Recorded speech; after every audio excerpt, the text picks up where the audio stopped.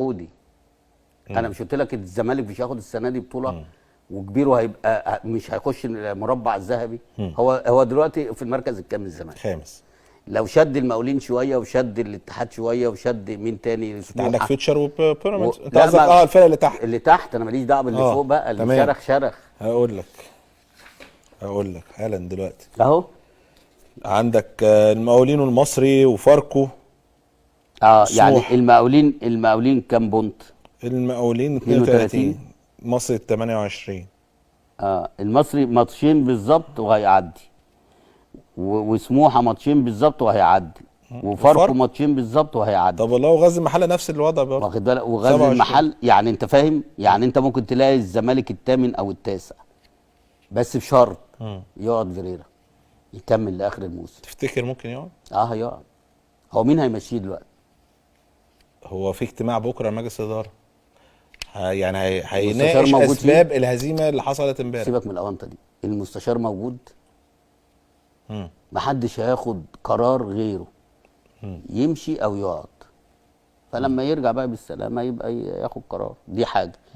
تاني حاجه، الكلام المغلوط اللي كان بيجي لي اقسم بالله ده كلام كان مغلوط. يعني مثلا ايه؟ ان فيريرا الحاكم بامره، هو اللي بيجيب اللعيبه وهو اللي بيمشي اللعيبه. احنا كنا عايزين نقعد فلان فهو مشاه. مغلوط؟ ده مغلوط؟ كان مغلوط طبعا. امال مين بيجيب الكابتن ومين اللي بيودي؟ لا، ما خلاص كده بقى، كده بانت سيد احمد الاداره يعني الامير رقم واحد، وبعد كده الاداره بقى على الكلام اللي انا بص. ما انا لغايه امبارح انا قلت لك ايه؟ انا مفكر انت كنت فاكر ان دول جايين فري دونجا وعمر جابر. وحتى لو جايين فري انا ابص على مستواهم، دول ما كانوش بيلعبوا في بيراميدز. امال الكلام ان الراجل ده كان عايز عمر جابر عشان عنده طريقه لعب معينه هو بينفذها عمر جابر. ايوه، ما ده الكلام اللي هو قاله. بس ماشي، هو عايزه. ما عنديش مشكله. بس ما ادفعش فيه المبلغ ده. طب ما هو مدير فني قال انا عايز لعيب، عنه ما يغور في داهيه يمشي. انا لعيب ما بيلعبش، اسمعني، لعيب ما بيلعبش ده. بس انا ايه؟ مش بن شرقي، مش ساسي، مش فيرود مثلا جايب لي 40 جون عشان اقول لك لا انا عايز ده. ماشي، اللعيب ده ما عملش اوفر يا عم فاروق.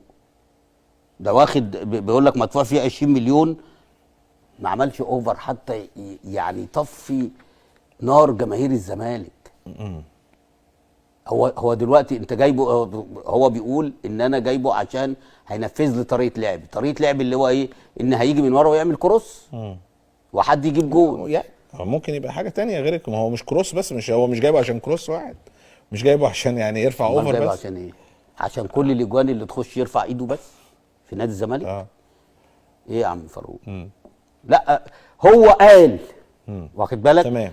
انا بقى كلجنه كوره او المشرف العام، لا هاجي اقعد معاه اقول له تعالى، الراجل ده ما بيلعبش اساسي، وبعدين ده هيجي ب 20 مليون، ده غير اللي هو هياخده. يعني ده 20 مليون بسم الله الرحمن الرحيم كده للنادي، ده غير هو كمان هيقعد 3 سنين، قعدوا 3 سنين. يا عم قول في 10 ب 30 مليون و20 مليون 50 مليون. طب ما انت اصلا ممدوح عباس، انت قصدك دونجا وعمر 100 مليون مثلا. ايوه، ما الاثنين 100 مليون صح. واخد بالك. وانت بتقول لي عندي ازمه، والاستاذ ممدوح عباس حاجز عليك ب 60 مليون ولا 70 مليون ولا 100 مليون. طب ما انا كنت ضحيت بدول، ما جبتهمش ووفرت